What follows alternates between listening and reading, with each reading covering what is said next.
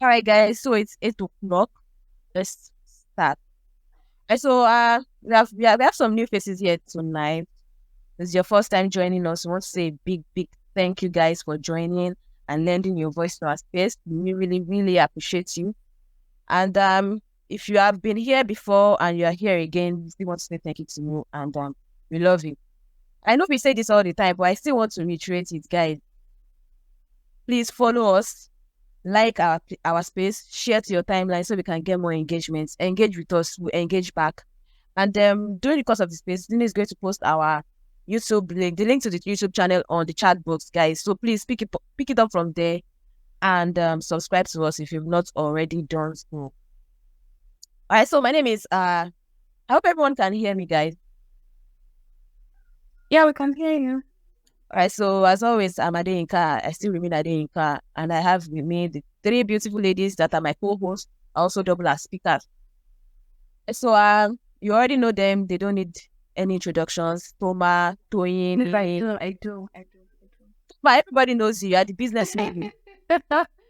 Anyway, my name is Toma of Lagos, aka CEO. What's up, CEO? WhatsApp CEO. Okay. Okay. So we have Toyin too, and we also have Niniola. Welcome, guys. All right, so we have our special guest here tonight. Oh, I think Tiki Sonia is having issues with her network. So we have special guests tonight that have taken out time to join us and lend their voices for us. So I'll just want them to, like, in 20 seconds each, briefly introduce themselves to us, and we can go from there. I know Oyedika is not really new to us, but let's have him introduce himself to us officially. So Oyedika, let's start with Hello, everyone. Hi. I'm Onyeka, just like she said. I'm a roots marketer, and this topic I'm just going to say is a very interesting topic. I've been finding a way to run away from this, but I guess we'll have to do it today. So You won't run away from it in Jesus. I'm glad to be here. Thank you for having me. All right, thank you for joining. And I think Betty is having issues with her network, so we can go to Mrs. Sticky Sonia. Miss Sticky Sonia, please, if you can just briefly introduce yourself. Okay, good evening, everyone. Good evening. Hello, can you hear me? Yes, we can hear you. Okay, good evening, everyone. So my name is Tiki Sonia. That's just my name. So, any other thing you want me to talk about? Yeah, what do you do? Your profession. Okay, so like I said, my name is Tiki Sonia. I'm a student counselor. I work with Spare Plus Educational Agency. You know I'm married woman there. So thank you for letting us know that she is a married woman. So, like Oyedeka said, our abortion. I said our abortion. Our topic tonight is abortion. Voices on abortion, and as you all know, it's a very contentious topic.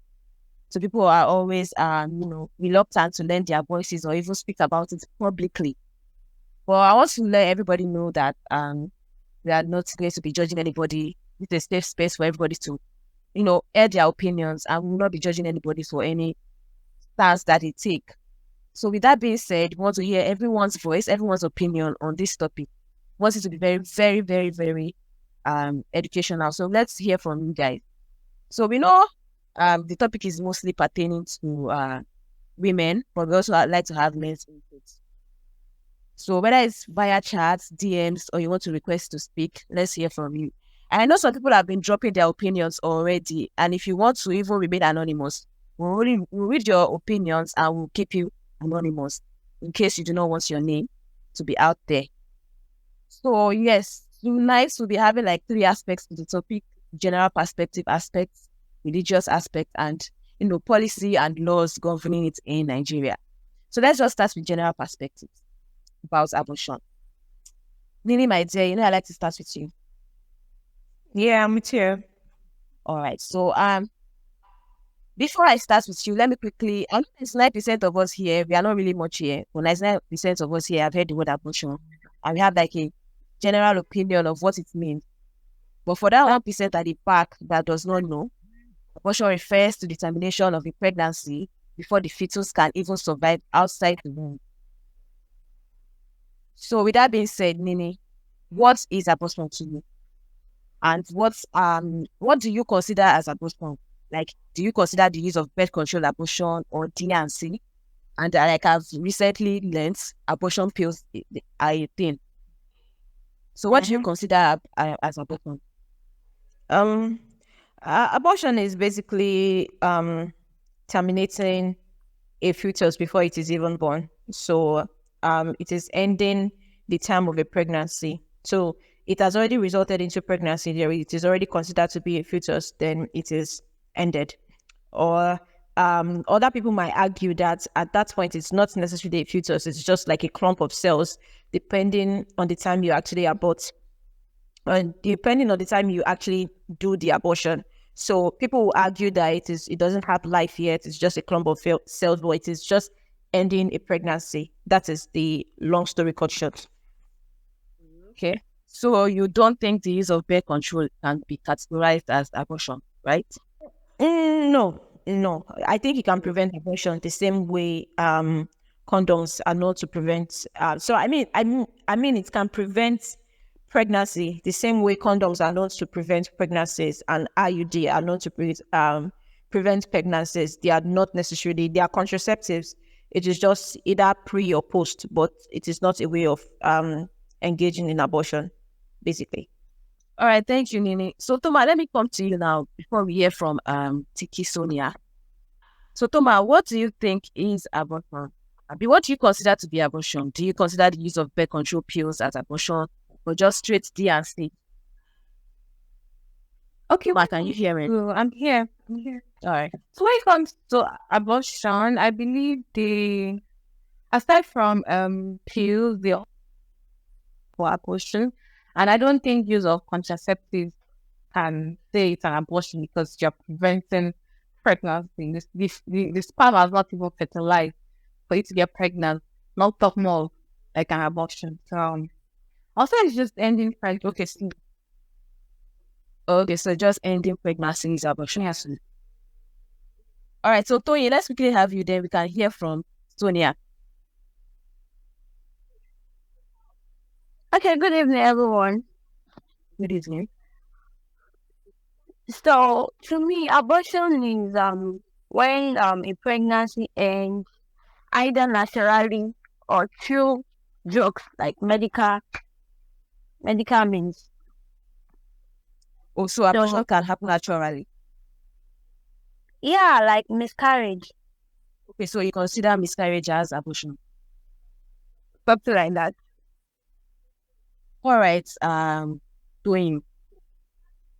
So, thank you for your thoughts, Tony, but we'll still come back to that later. Let's quickly have Sonia.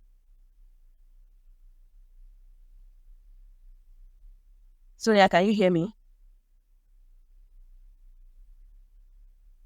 All right, so if Sonia is not, I think her network is bad. Feti, please, can we have you? What do you consider to be abortion? And do you agree with Tony that miscarriage, you also consider miscarriage to be abortion? Hi, good evening, everybody. Good evening. So basically, if you check the dictionary for what an abortion is, it actually includes miscarriage.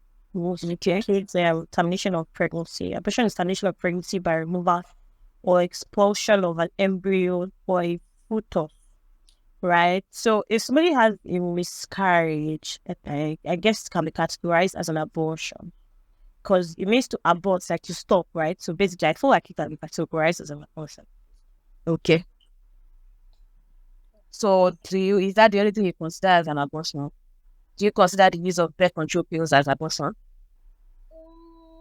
So birth control pills is not abortion because it's a preventive. I feel like there are different types of birth control pills, right? Okay, I actually know that there are different types of birth. So there's the one I think they put in the arm that you actually take to prevent getting pregnant. There's the one that you take. I think it's personal. So yeah, the one you take after you just had sex, then you take the pills. Then I know there's the one that there's a local one that you take, right, that you can get from the street, right? There are a lot of ways to stop or prevent a pregnancy from happening. But once the sperm has become an embryo or has become a fetus, when there's a termination of that process, that is when it becomes an abortion. So contraceptives, trying to stop the baby from coming, or trying to stop the embryo from forming, or the fetus from forming, it's not really an abortion. That's my own take on it. Okay, so until the embryo is formed, so you consider that as an abortion, which also includes when the baby is actually miscarried. Yes. All right, thank you. Thank you so much, Fiti. I think Miss Kisonia is here now. Yes, I'm here. All right, ma'am. So what do you consider to be abortion? And do you consider the use of birth control pills as abortion? Okay, thank you so much for this opportunity. Everyone has spoken well. So for me, control pills before, as in trying to prevent pregnancy, to me is not an abortion, because one, nothing has formed. So my definition of abortion is when you have already maybe carry out the test, you see positive, right? Meaning there's pregnancy before removing it or taking it off, getting rid of it. That's my definition of abortion. So taking What about miscarriages? Do you think they should be regarded as abortions? Okay, for me, no, it's not an abortion, because sometimes miscarriage can come and it might not even be your own fault. Sometimes due to stress, not like you really wanted to remove it or get rid of it. So it can happen to anyone. I don't consider that as an abortion. All right, so thank you. Thank you so much for that. Oyedika, I know you have some reservations, but just let's hear your thoughts.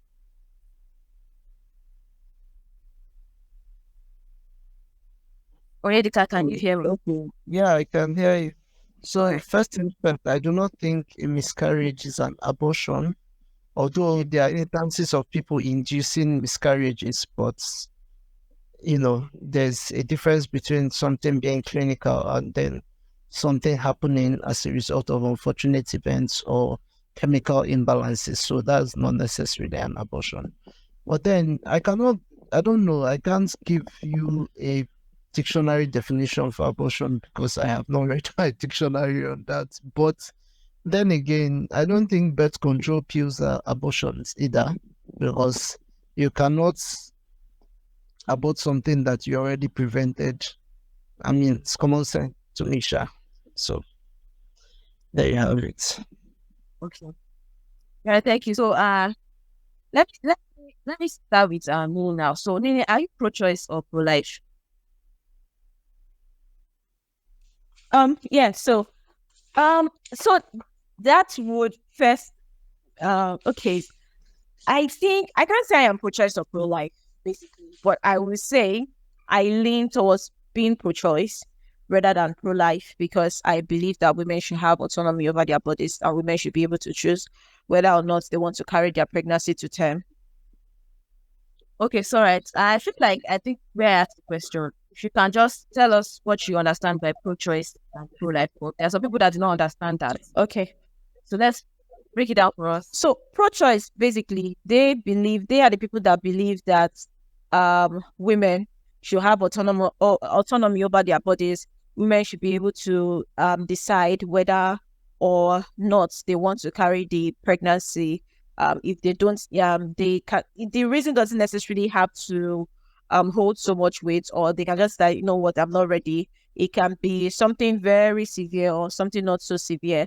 Why pro-life are the people that they believe that once you are pregnant, then you are pregnant, that you shouldn't terminate the belief that you are taking a life. Yeah, that you are taking a life, basically, because they believe. So pro-choice people are the people that believe that life starts at birth, while pro-life people are the people that believe that life starts at conception. So basically, pro-life believe that if they are aborting, they are basically taking the life and they are protecting the rights of the child by not aborting the baby. Why pro-choice people don't necessarily believe that it's a child yet while it's still basically fetus, all of that. So yes. So you were saying you are not pro-choice or pro-life. You're somewhere in the middle.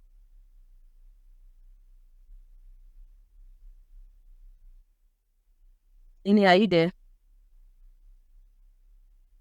Okay, I think we lost Nini. Toma.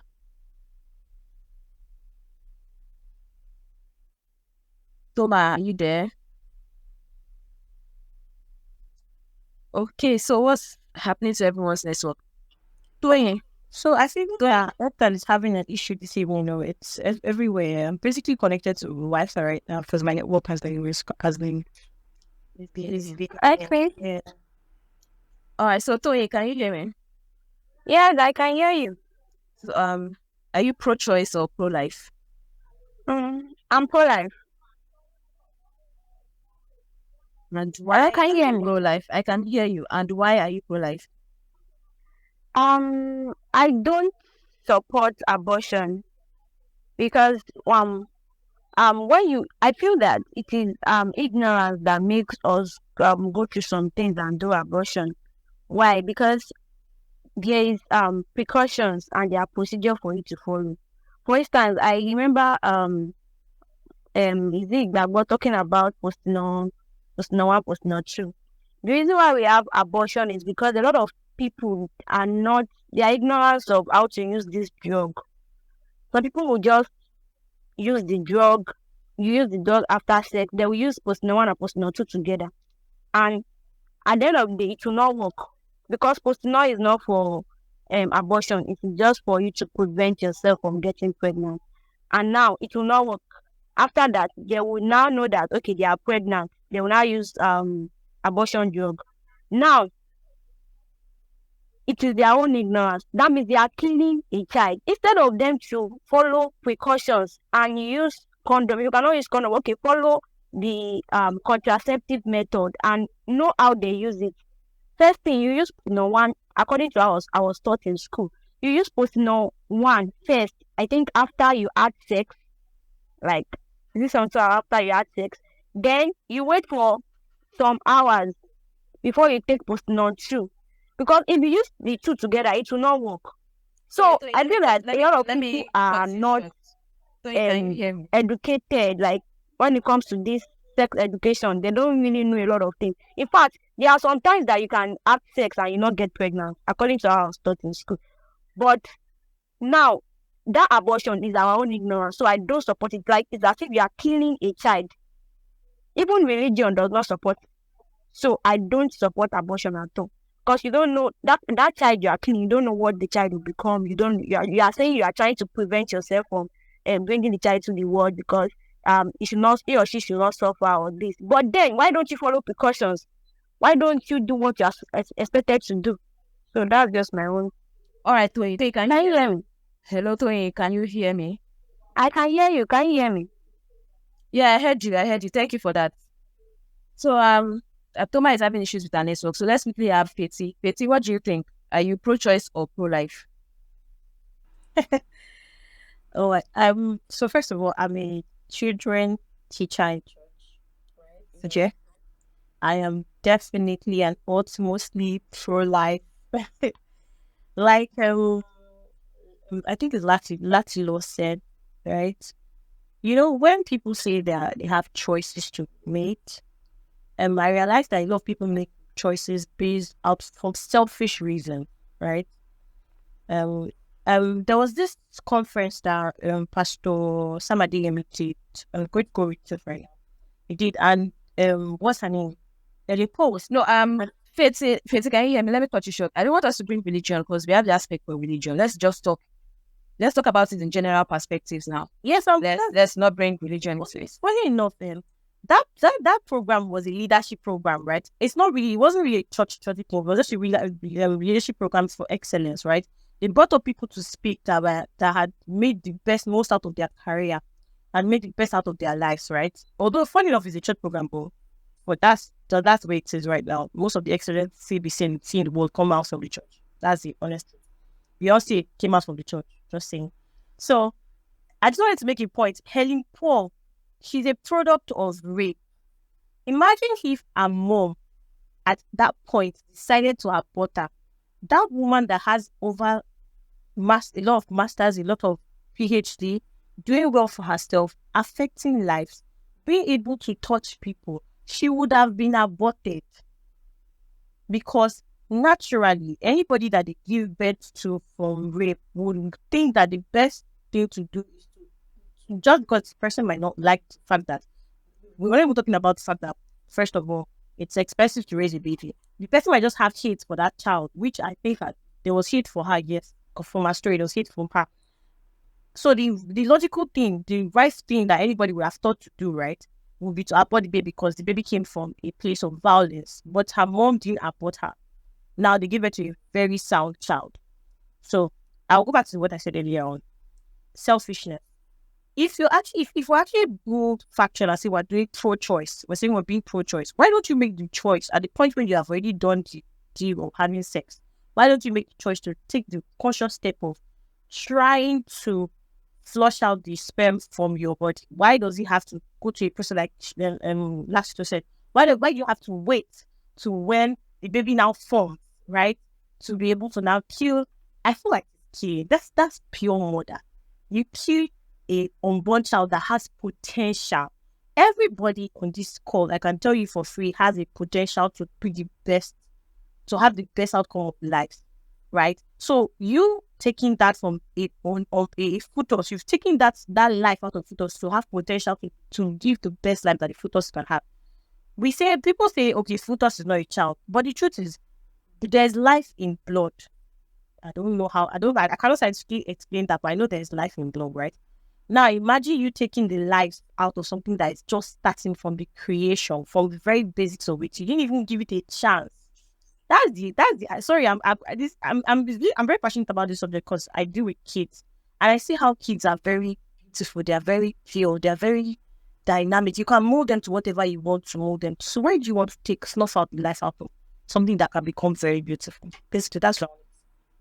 All right, so I have two things I want to ask you. You said that Helen Paul was a product of rape and she went on to become a master's degree holder, a PhD degree holder. So Helen Paul is just one case of not how many hundreds of people that are children of rape. Are you telling me all of them turn out to be like Helen Paul? So and you say, hold on, let me finish. You said that well, it's selfish to do this and that. I think it is more selfish to bring that child into the world, knowing that you can have hate for the child, knowing that you can treat the child badly. Is that fair on the child's part? Because you said that if you are removing the pregnancy, that's selfish on the mother's part. That's number one. Then number two, you said that you can actually prevent. You can go to the doctor and flush out if it is rape. Still on the subject of rape. So I think everyone have access to that information. Let's talk about Northern women, for example. Okay. You think it's all of them that have that information that, you can go to the doctor and flush this thing out, or you can do this, and you think that it is fair after they actually get pregnant out of that violence that they should be forced to keep those children? Because that's what you're basically saying, that you have a choice. You can do this, you can do that. So when you had that child, I'll just go a bit back, right? I give you an example of somebody that was raped, right? I did not make reference to rape in the lot. No, I don't think it is. I'm just asking what of that? If you are going by that, what of people in that situation? Let me say this thing. Even people that don't get raped, even people that give birth to children generally, right? It is not even, a parent cannot totally have control over raising a child. Let me just tell you, let me put that out there right now. Raising a child is a very vast thing that is huge, right? So if you say a product of rape, the person can try as much. From the person's point of view, the person might hate the child, right? But the thing is, being able to raise a child and form a child is larger than just you alone. Larger than the parents, is larger than the lives. Okay, can you hear me? Can you hear me? Yeah, I think your network was bad for a minute. There are so many things that whose life that didn't even stem as a result of what happened. They didn't affect them from their parents.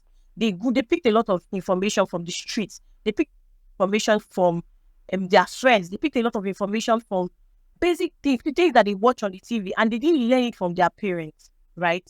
So when I use, I knew you're going to confuse what I used it for. child that comes into the world. It's not the sole responsibility of a child or of a parent to raise the child alone.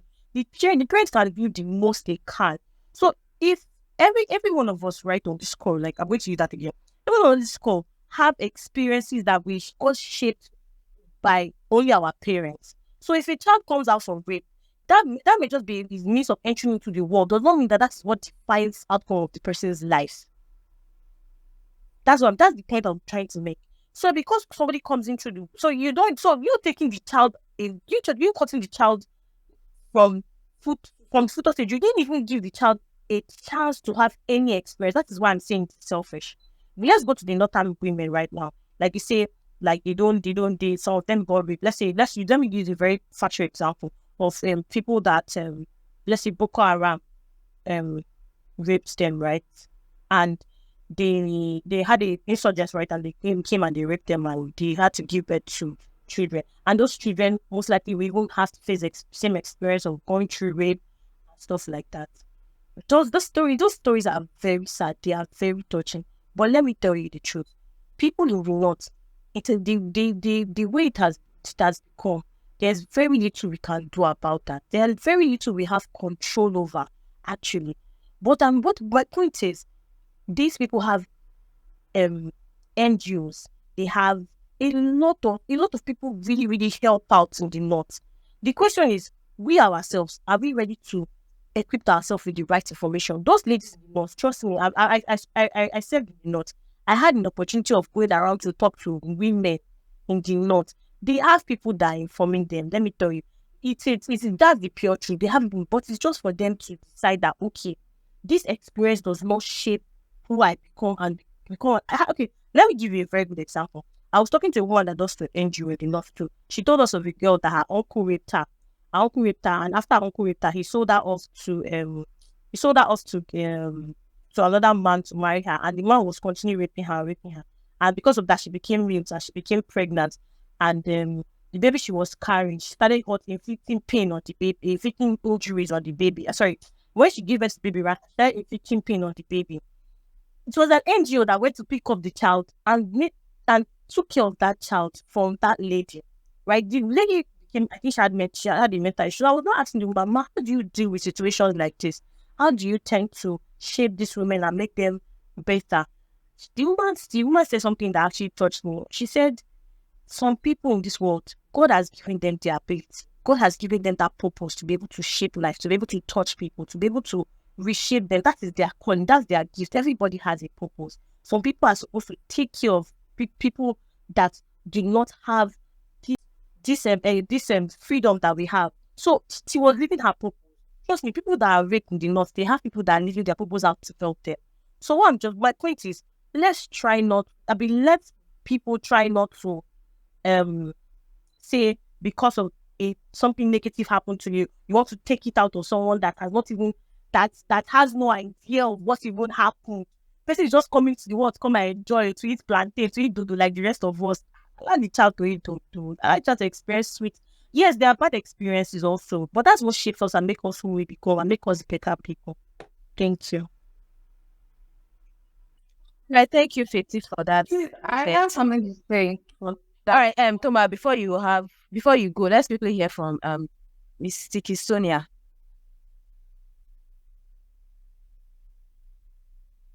Are you there? Right, so Toma, I think she's not here. Okay, I'm here. All right, you're here. Okay, so this topic is really broad, sincerely speaking. So, but I want to really pick one side for me. I will talk on pro-choice and pro-life, right? Let's know. Are you pro-choice or pro-life? Where do you stand? Okay, sincerely speaking, pro-life. But then I still have something to talk about the pro-choice. That's just the truth, even if I'm standing with pro-life. Because there are some situations we can't really control. Now, we are deliberating on the rape. Let's talk about the rape. Some situations are so tough that, okay, maybe as a teenager, just imagine a teenager being raped, getting pregnant. Some parents cannot even withstand the shame. One, considering the fact that the child will have to quit school, number one. Then the environment, what kind of stigma. Some parents will Like, they won't even voice it out. So just go and do it on their own without even letting the society know that this is what happened and we are taking it out. So that kind of parents, are you going to judge them? What if they don't have anything to cater for that child?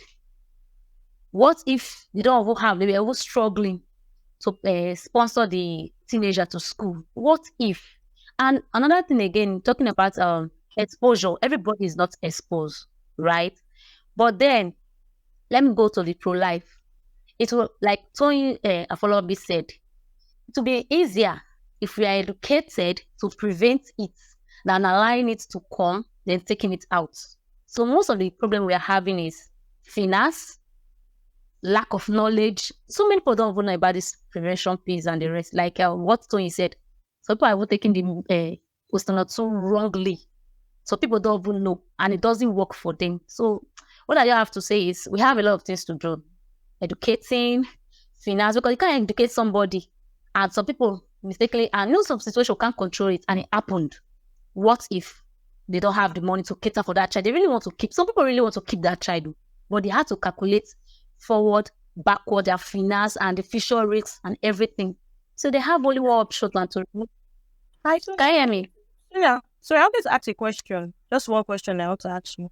You said something that made me to want to ask. Fetty, hold on. Before you go on with your question, please, guys, because of time constraints, we would like everyone speak in 2 minutes, please, so we don't have to see the time band that we have for tonight's show. So you can go on. So Sonia said something about them. If something happens in life and you don't know what to do, and it just comes an outcome of stuff that happens.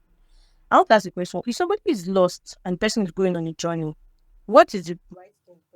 Please come up with your question and I didn't get it.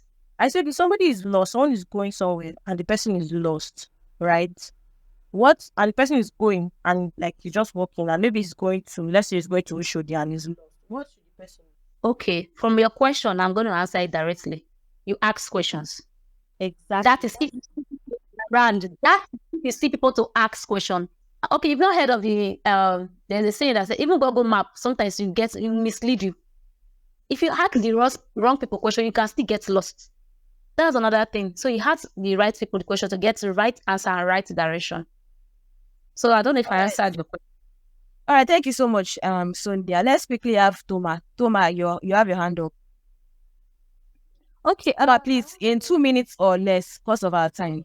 Okay. So I want to like ask and say something concerning what Fiti said about young children. Let's say Toma, before you say something about what Fiti said, let us know, are you pro-choice or pro-life? I'm in between. But I think I'll be pro-choice. I think I am pro-choice. Okay. So you can go on. Okay, so concerning what Fiti said, let's take the North as an example. You say, oh, a child that they didn't give this child an opportunity to live and experience life. How about the child that was raped and not given the opportunity to experience our own life to the point of having a child to bring into this world? I feel like it is very selfish that people say, oh, because she got pregnant. There's so many things. I don't want if as a grown adult and you get pregnant, I think you have the choice of saying, oh, I want to keep this. Can I afford the child? Am I mentally and physically ready to have a child? Because people have children and they're not even ready to have children. And then the children have to suffer these consequences. I think you always say, oh, and there are so many people to raise children, but nobody can love a child as much as parent does or parent does. So we can't say you're going to have children for other people to come and raise. If you're not mentally ready to have a child, then you shouldn't have a child, either as a grown woman or as a child. Not talk more of a child. How can a child bring a child to this world? It is unfair on that child's side. And it is crazy. So I think I am pro-choice. Like, no. All right, thank you so much, Toma. Nini, are you there or your network is still dealing with you? I'm here. All right, so you heard Feti and you heard, I think Feti has been very, very spirited. So she said that if you are raped, you should know better than to get pregnant. So you can go to the hospital to flush it.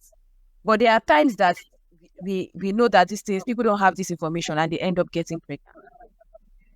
So I want to ask you, do you think there's another alternative to abortion when this already happens, like giving birth to the child and then putting the child up for adoption? Is it feasible in Nigeria? Does it work? Okay. So if we are to look at the said, we can't talk about the said alternatives of abortion. We can't without talking about what is actually causing pregnancy in the first place. So from what Feti has said, from what Tiki has said, they said that in the cases of rape. So how about we stop men from raping people? Number one.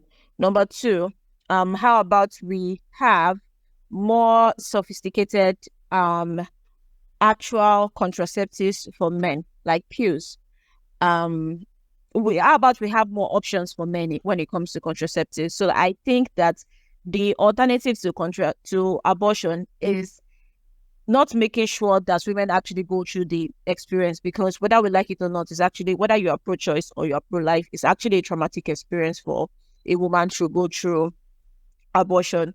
So the alternative is making sure that less women actually go through abortion, in my opinion. All right, Nini, I hear you, but that is given that it is rape. There are some women that have abortions as rape, not as a result of rape. Yeah, so I'm talking about abortions in general now. Like, okay, I almost go through with an abortion. Okay, what's the difference? Okay, that's why I gave you in terms of stop rape. 1, 2, more options in contraceptives for men. There should be more options when it comes to contraceptives for men. So the women don't actually get pregnant. Sorry. Yes, in the first place. Sorry, put it out there that there are actually more bizarre reasons why people actually get pregnant than that. But like rape is like, I think the percentage is actually very, very. Like, do you know that there are people that actually marry, consciously marry, they're ES and they consciously marry, and their plan is, as they get into marriage, their plan is that when they give birth to essence, they'll kill it, they'll abort the baby. Those people, in fact, I don't know that is a very, very messed up situation, to be fair, and I don't think. I feel like that's a very extreme situation, but in case of abortion. So personally, I don't even want to go to that one. But the alternative for abortion, as I am saying, is to be fair, it's just making sure that men have enough contraceptives so that this abortion thing stop. That is my own. Really, we are not trying to. Yeah, I think you are jumping. You are trying to conclude anything. No, I'm not jumping. That's your own. No, please, that is my own view. You can talk about your own. Oh, okay. Yeah. Okay, so let's not bring out our bazookas yet. Toma, what do you think? What other alternatives do we have to abortion? Okay, I think we should do more on educating the public that they have contraceptives. No, I feel like you guys are not understanding my question. I'm not saying, okay, yeah, I'm all up for educating the public. I'm like, if the pregnancy has happened, it has happened already. And you said abortion is bad. And what other option can you do? No, me, I'm planning on that in terms of preventing it. No, I'm not talking about preventing. I'm talking about when it has happened. And that one, I don't think there is so much to it. If the pregnancy has happened, there are only 2 things: either you keep it or you terminate it. There is no other alternative. There's putting up the child for adoption, and you can do that instead of aborting the baby. Is that not the child and put up the child? I'm saying that's an alternative. I'm not saying whether it's traumatizing or not. But we all know that adoption in Nigeria is a very terrible thing to do, because these people will adopt these children and not even take care of them as their own child. So what's the point? All right. So in your opinion, there's no alternative for abortion. Either keep it, or either you decide to abort or you have the child. I'll say there's 2 ways: either you keep it or you abort it. All right. Thank you. Oyedika, I know that you are a man, but let's hear from you. Do you think there's another alternative to abortion? I don't know if Oyedika can hear me. I think he's been battling with his network. All right, so Sonia, let's hear from you. Oh, Sonia is not here too. What's happening? I can hear you. I'm here. Oh, okay. Well, all right, so what other alternatives do you have to abortion? Personally, I don't even know, because it's only 2 things: either you abort it or you keep it. Then somebody mentioned that, but you said one opinion of keeping it, and maybe somebody will carry the child later and they adopt the child. To me, that is the last thing, last option I will suggest for somebody to do. I keep the child, then somebody else will train it for you. In Nigeria, in real life, people are maltreating people's children. Nobody can take care of your child like you, whether you are rich or the person poor. So, but I don't really know. If you are not aborting it, the only choice you have is to keep it. Take the risk. Yeah. So, okay, so there's no alternative. Just keep it or remove it. All right, so we have somebody that has dropped a comment in the chat box. iCash says that abortion is all about choice. You can't force someone to keep a baby they don't want to keep. In developed countries, abortion is illegal. Okay, abortion is legal, sorry. So yeah, Nini, what do you think? Pidika, you are here. Thank God. Okay. So if I may, I think I was trying to get, but the network was a little bad. So if I'm to add anything to this, I think it's a very sensitive topic, right? But every day, we deal with things like this. The whole world, everyone is discussing, topics that we feel that is going to, improve humanity or improve our own general well-being. Yes, it's legal in developed countries upward to lead them. I think America, they wanted to take it a step further, that even, let's say the baby is given birth to and then there are defects or something like that, the baby can still be terminated. While I think at that point it becomes inhumane, because now it's now a human being, so terminating it at that point, as in after giving birth, is crazy to me. But there are just some really extreme situations whereby it feels like mercy. But then again, we don't know what the future holds for every life. But then, for me, I don't know what other alternatives there are to this. I do not think, giving birth to a child, raising them until they are, weaned, and then giving them to be adopted. Most adoption, like most systems, government system for foster care, they are just really terrible. They raise most of the time. We even have foster care in Nigeria. This orphanage home and stuff.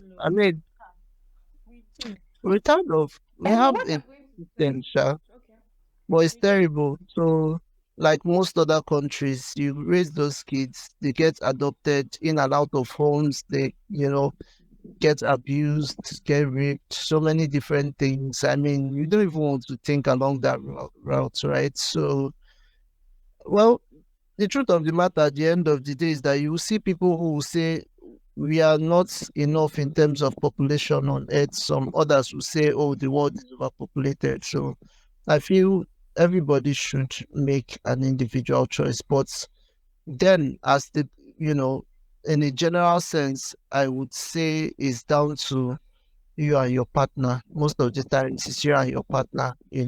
Are you ready to shoulder this responsibility? What do you want to do? What do you want for life?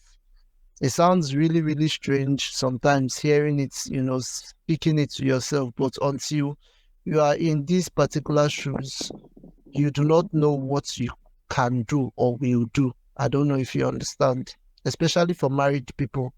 There are some people, they've already budgeted, oh, we're going to have this much kids, and all of a sudden someone else comes along the line, and it's crazy, right? But you see people that will say, oh, keep it. You see people that will say, no, don't keep. It's down to them to know how they are going to forge ahead with that. So I think it's something that two people have to sit down together. Although, the woman has a little bit more say in that, because at the end of the day, she'll be the one in the labor room. But, they still have to come to an agreement on what to do. Can you hear me? Yes, we can hear you.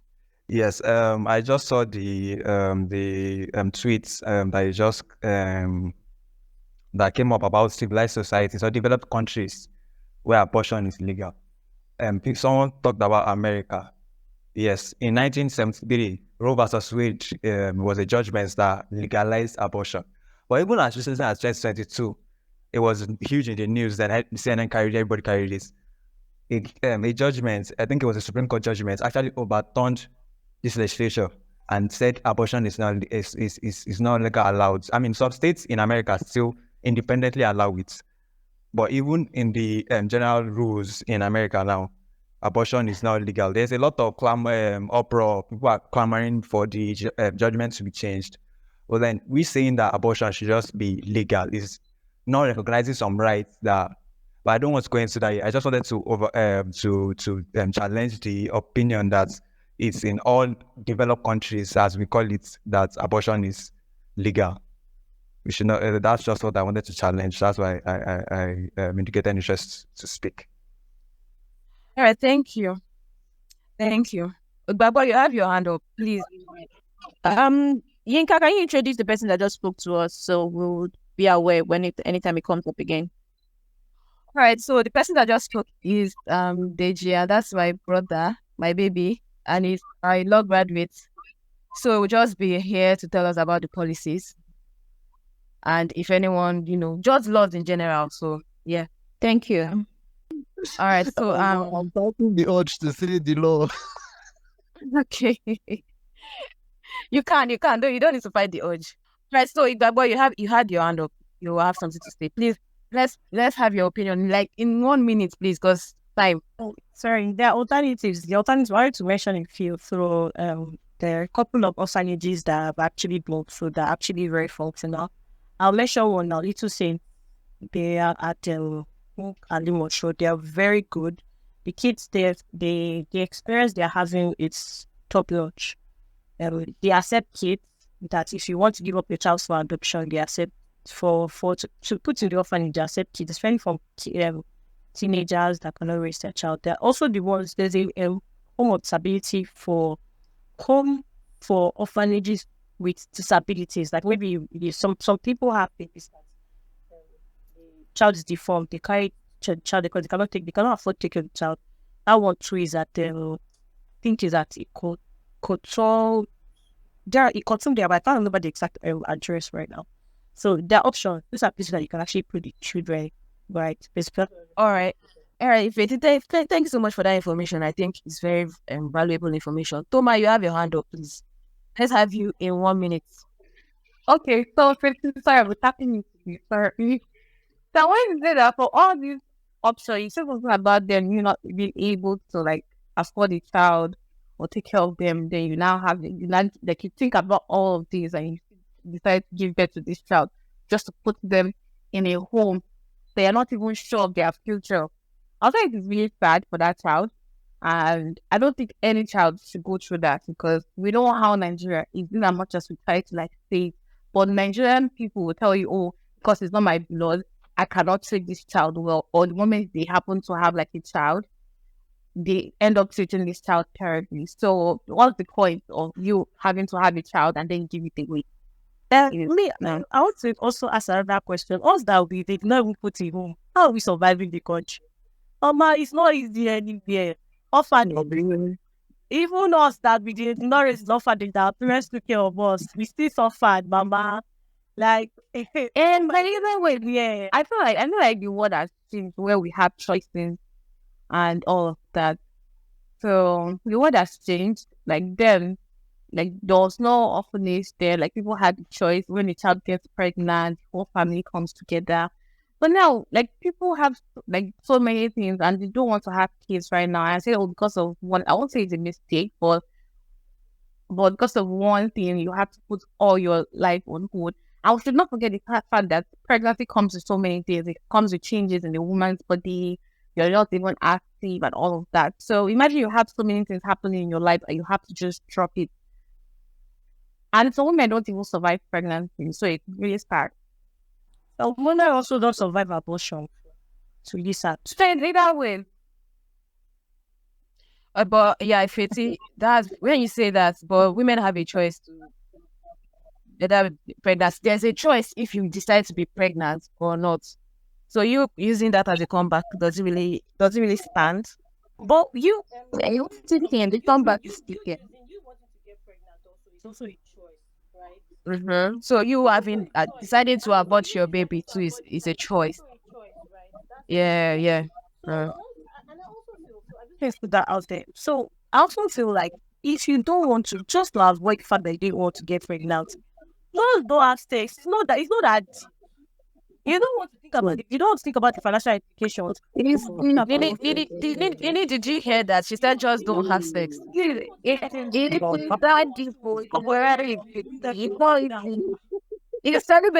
celebrate it that easily. Come on now. Some people here cannot do it, so. Okay, how about those that didn't have the choice to decide whether they were to have sex or not and end up being pregnant? True. Okay, guys, I think we are dragging this issue. Let's go to our next question.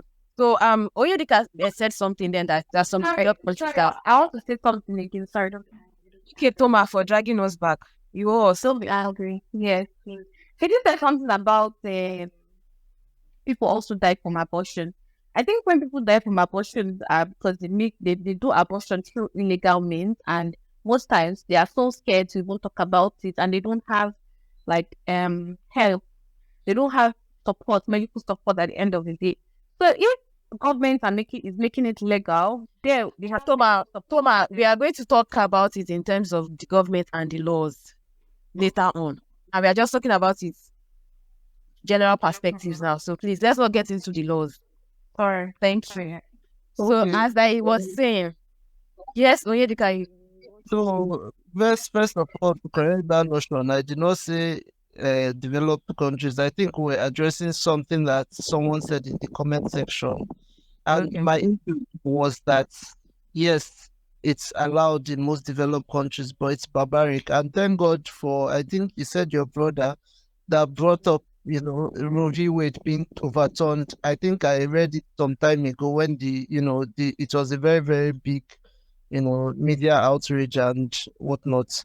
But Yeah. then again, there are still so many other countries that still practice some form of abortion, and that's not going to go away. You understand? In fact, if I'm going to, intrigue us here, we should do a little research. Animals as well. You see the chimpanzees and whatnot, they know what to eat if they don't want children. They know how to behave.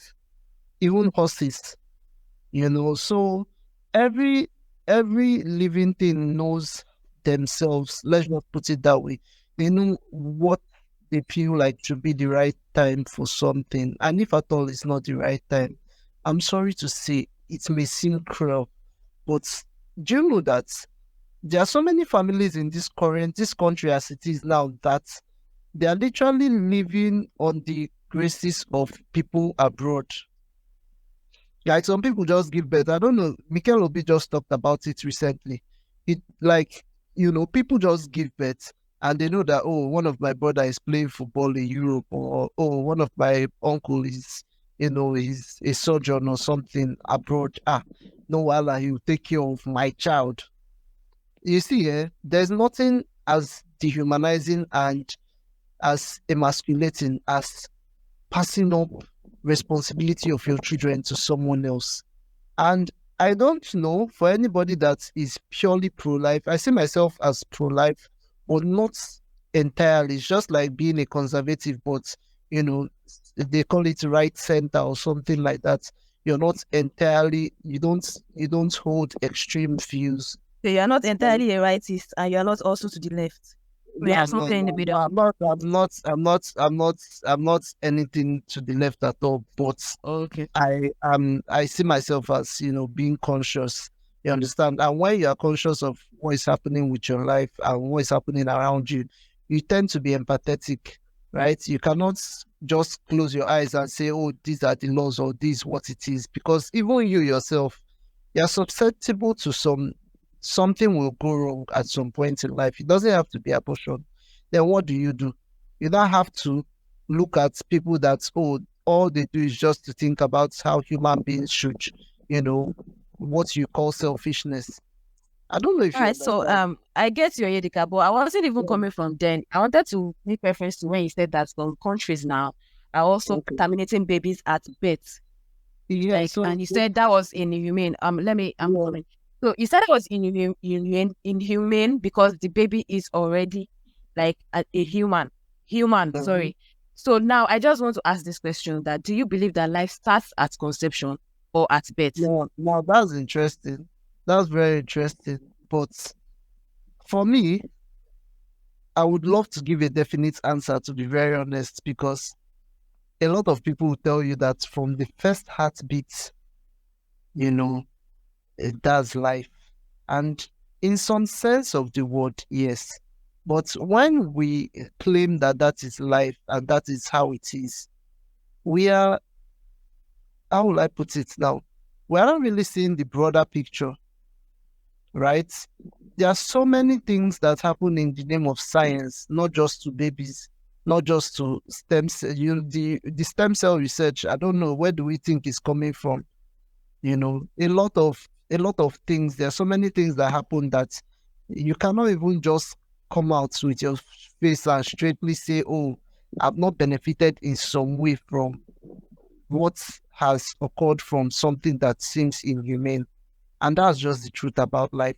So me, in as much as I would love to, agree that life starts immediately from the very first heartbeat, I would also like us to, place it that where I place this is that, when the child is being formed, when the child is completely formed, then for me, that's a person you get, because at that point, So if because they of were to we are bring out that, sorry, Edika, because we are cut for Well, time. So you are saying that life starts when the child is completely formed. yeah, when the child has no, like, there's nothing else in terms of progression, it's just to, be born or something like that. That's my own. All right, thank you so much for that. Tommy Singh, you are here. I think you had network issues, but you're here now. So what do you think? Do you think life starts at conception or at birth?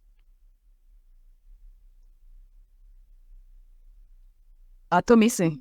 Good All evening. right, good evening. Network has been very bad. I've not followed up quite on a number of things that people have said in here, but I would just like to quickly say something. I see abortion is how will I put it right now? So it's a contentious and an unreserved issue really for a lot of persons because it's really broad, and I would say that people, or when a girl child say is not really ready to have a baby yet, right? Is when a girl rather is really not ready to get pregnant, sorry, and somehow finds herself pregnant, is becomes unwanted pregnancy, and which sort of like places stigma and more like lead them to opting for abortion. But it is very wrong. I'm not being judgmental right now, right? Probably maybe because of worry of what people will say and the rest of everything. But at the same time, life starts from inception, and human life is it's valuable. And I believe that whatever experience that we have is somewhere that, I'm not trying to be spiritual right now, but it's something that is a place where we have the most power to heal other people. I don't know if you get what I'm trying to say. Take for instance, or maybe I was raped at some point, or take for instance, I got pregnant at an early age. It might just be a way for me to be that healing part to other people too that are going through that same route. I don't know if I'm really, really making sense. So me, I would say the alternative for not getting I think I heard somebody say something like that. Alternative is, don't just get pregnant so that you will not even have any option, any reason for you to opt for abortion, right? And in the cases of rape, I would say that healing should really basically be the focus, because it's very, very difficult for somebody to be raped and is pregnant. I would want to be thinking of keeping the baby or stuff. But if you're able to heal in that process, probably it's just a way of you healing other people too. Because if everybody that sort of got pregnant as a result of rape keeps taking after the child, I mean, Human life is valuable and everybody deserves to live. Okay, so human life is valuable, and even the person that got pregnant, their life too is valuable, right? Exactly. All right. So your opinion is life starts at conception, if I'm Yes. correct. All right. So Anini, what do you think?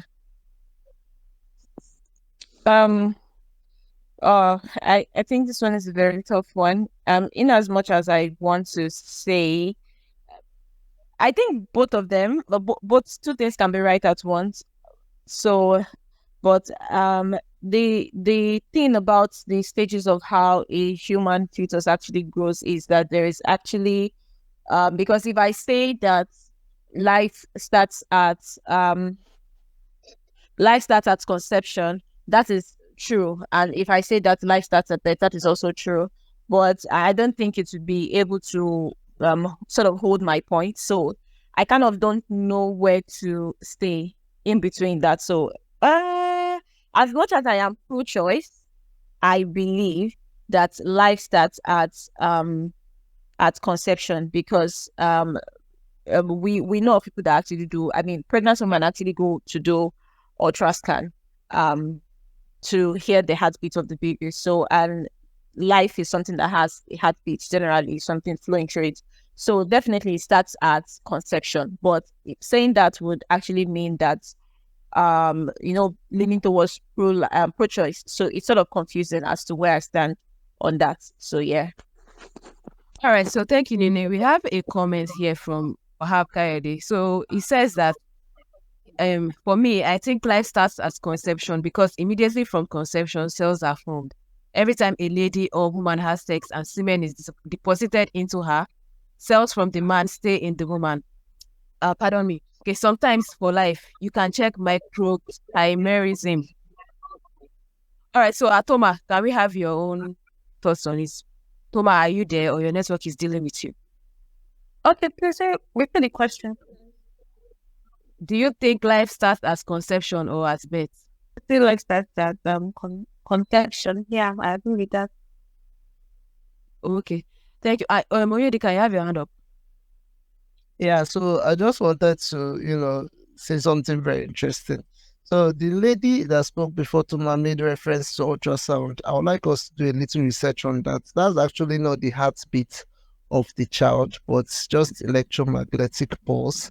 You can check that later. It's not the heartbeat of the child. So that is also some people's arguments as to why that's not, life. And if we're going to put that in, I mean, cum is life. Semen is literally life. The egg is life. Everything that has to do with a human being and intercourse is an exchange of energy. Moyedika, did you say cum is life? Yeah, it's life now. You don't use a microscope on it. Why not? I'm just asking. I wanted to know. No, you said that is Oyedika, you were saying that is electromagnetic pulse, or what are you saying? You can actually make a research. It's not the heartbeat of the child. No. When you said it, no, now I'm not arguing. I'm just trying to put ideas together. But yeah, I know you guys are used to me arguing. I don't have the wrong name for it, but it's not the heartbeat. No, when you were saying something about the electromagnetic pulse, I was wondering why you relate that to checking the pulse of an adult. When you're checking the pulse of an adult, you're literally checking their heartbeat per minute. So I really don't know where you are coming from there. So wouldn't please hold on, please. If you are talking about the when you are checking the pulse of an adult, you say it is their heartbeat per minute. So why wouldn't you relate pulse to actual heartbeat in an ultrasound? That is what I am trying to ask you. I'm not necessarily trying to argue. I'm just trying to make sense of the whole thing that you said. So ultrasound depend on actual pulse, right? That's the inventor. We can go. I think I would have to pull up this because you can't just say something without backing it up with stuff. So I will just get the article for you and then I would, send it in so that you can read up or something like that. Okay, that'll be great. Okay. Thank you. So Sonia, are you here now? Yes, I'm here. All right. So, do you think life starts at birth or at conception? Okay. Somebody said, she said a conception or yes is correct. I have to correct us as at the time. I agree with that, but then I will still say life starts at conception. We know why I will say that. I will be realistic. When couples or people that are really prepared, okay, for to have a child, right, as couples, immediately they just do the pregnancy test and they found out that it's positive. Trust me, there's this excitement. Why? Because they know they're expecting life. There's this excitement because they know they are expecting something powerful. Like, I mean, a child is coming. They're already feeling the child, even when it's just a month old pregnancy. They're already feeling this excitement that we are having a child, a human is coming. So for me, I believe it starts, only that's joy alone. I believe it starts from conception. Thank you. All right. Thank you. Toyi, is your network better now? All right. Let me start with Toma. Toma, do you think having an abortion is better than raising a child as a single mom? Toma, are you there? Okay, I'm going to say that if the man that got you pregnant is not ready to have a child, and you're also not ready to have a child, I don't think you should go through the stress of having children as a single mom. And at the end of the day, same men have to go to bash you for being responsible and taking care of the child. So, no. Oh, okay. So you think it's better to have an abortion? Then, yeah, I think so. Yeah. All right. Toyi, you have your hand up. Is it your network or what's happening? All right. We don't seem to know what's happening to Toyi's network. Nini, please. Do you think having an abortion is better than raising a child as a single mom? Can you hear me? Okay, I think Nini wants to talk. Toyi, are you there? Nini, please go on. Okay, so considering the struggles of what single mothers face, looking at everything, to be fair, let's be realistic. I think it is just better to avoid the situation as a whole, and especially seeing that single women are even being condemned. This Agbajanjo was talking about never get engaged with a single woman, and so all of that, looking at all of that together, I think your chances of, permit me to say this, I know I might offend people, but your chances of happiness or peace of mind is actually more if an abortion is carried out. I know that sounds somehow, but that is just how I feel. Yeah, you can just come out and say it, that you believe abortion is better than being a single mom. We are not judging you for your opinion. Yeah. So I think that is it. All right. Thank you. So let's have Sonia. Sonia, do you think having an abortion is better than being a single mom?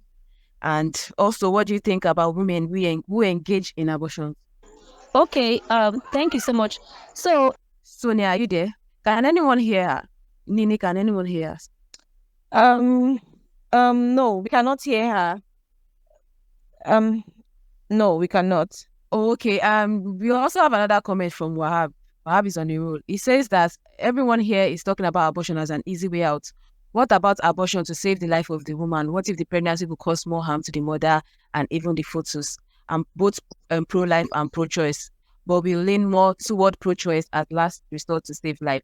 And Wahab, we're not talking about that because we intend to talk about it when we are talking about policies and laws guarding abortions in Nigeria. That's why you've not heard us speak about if you are trying to save a woman's life. All right, so Yedika, you have your hand up.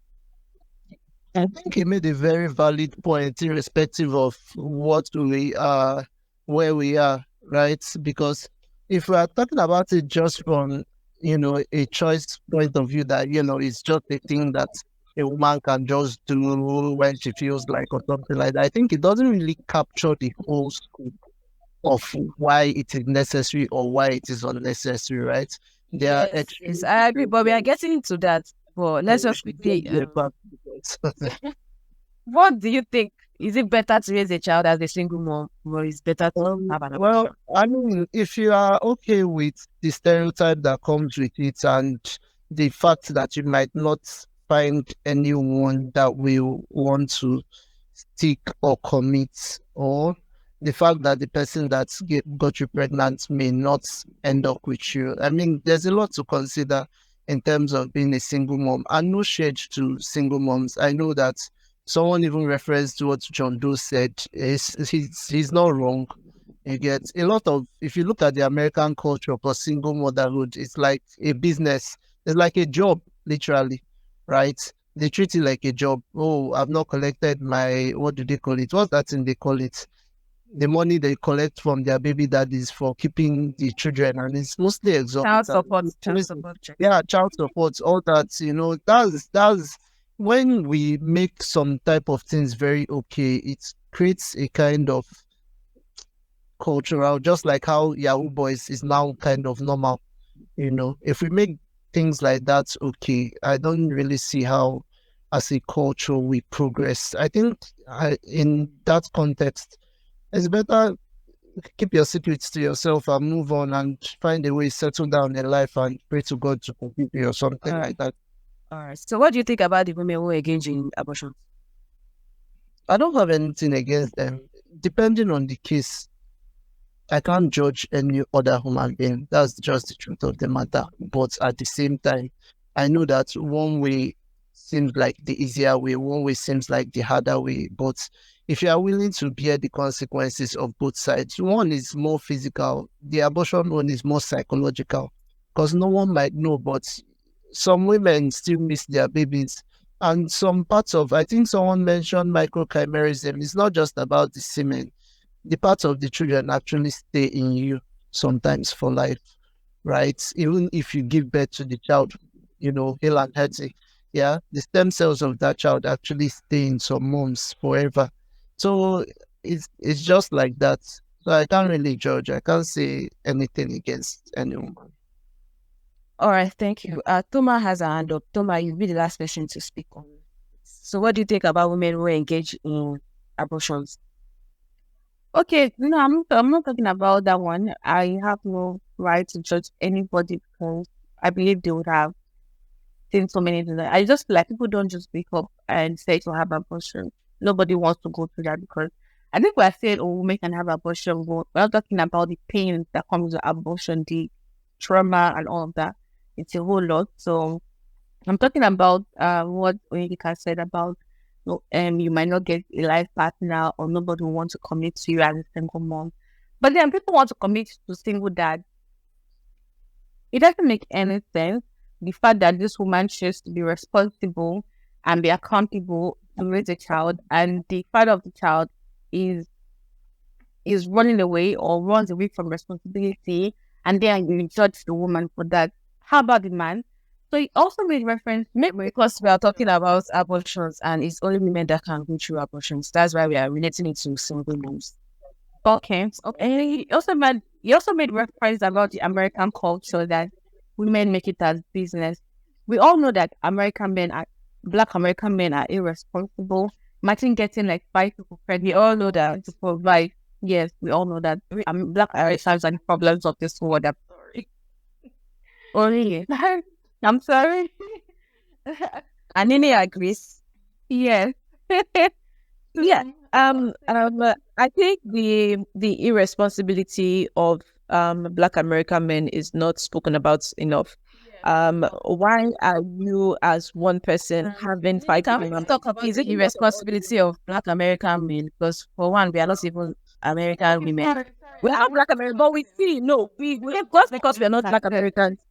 Doesn't mean we don't have an option. Okay. Our opinion. Okay, but do you really have an opinion? Is that your reality? Have you lived that reality?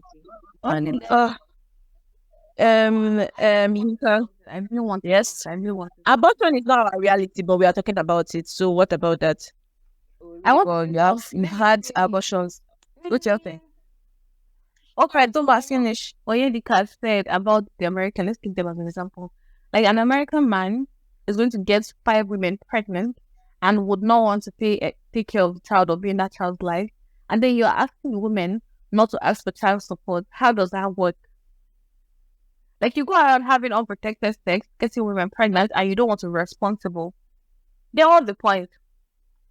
So if they have to, like, all right, so if they have to take you to court for you to provide for your child, then you should. If there should be, if anybody should like how do I put it? I'm looking for the right word. If anybody should be shamed for having a child, or in end of this, like, if anybody should be shamed, it should be the man that abandoned his responsibility to be a father. If men stop. Right, so Toma, because of we are caught for time, I feel like we are straying away from the topic, from our topic. This one. If men start being reasonable, then we would not have single. Okay. My dear Toma, I do not. Okay, so I'm sorry. Can you 1 minute, please? Because we are caught for time. Okay. So I do not agree to that submission. First of all, I would like to say let's not generalize for Black American men. There's a culture that has created that. If you listen to Tupac a lot, you would see that there was a culture that made people this way. You understand? It's a culture, it's a system. That's why I talked about it as a systematic problem. And it's not something that should be encouraged. But that's not even single dads, that's deadbeat dads. Single dads are the ones that, take that responsibility of the kids when the moms don't. You get, those are the ones, and then the widowed men. So that's just what I wanted to correct. All right, thank you, Edika. Omada, you have your hand up, please. Let's have you then. You can go to your next. Then Toma and Nini, you can put your hands down, please. Okay, thank you very much. I just wanted to add that in as much as I'm not judgmental and I will not judge people, but at the same time I would just like to say that most of the time ladies are always at the receiving end. So it's just very important that we educate ourselves and we do better by saying no to the things that we should not even, that we know would have maybe like a negative impact on us later in the future and all. And it is also important that if you're as a single mother, like, it's not, of course, it's not a big deal, like, it's not, but a lot of people have stigmatized single mothers as being bad, right? Or maybe because they were not able to face taking out the pregnancy, which of course I don't subscribe to. But at the same time, we should just try as much as possible to do more sensitization and do better, so that we will not have that stigma, so to say, that would want to maybe stand against us in making future. Okay, I'm sorry. Who should do better here? No, everybody had to better. But let's specify you. You know why I'm saying that is because most of the time, we ladies, we are always at the receiving end.